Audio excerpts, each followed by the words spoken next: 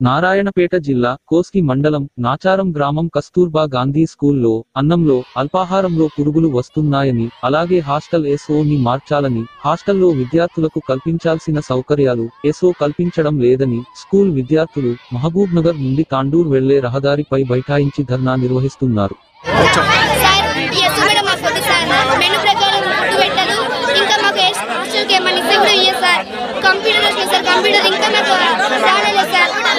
ఇంటికనే సరిగా అన్నం తినమని హాస్టల్ చేస్తే హాస్టల్ సరిగా పెట్టారు చూడండి సార్.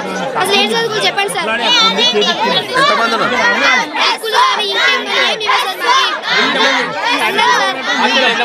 232 సార్.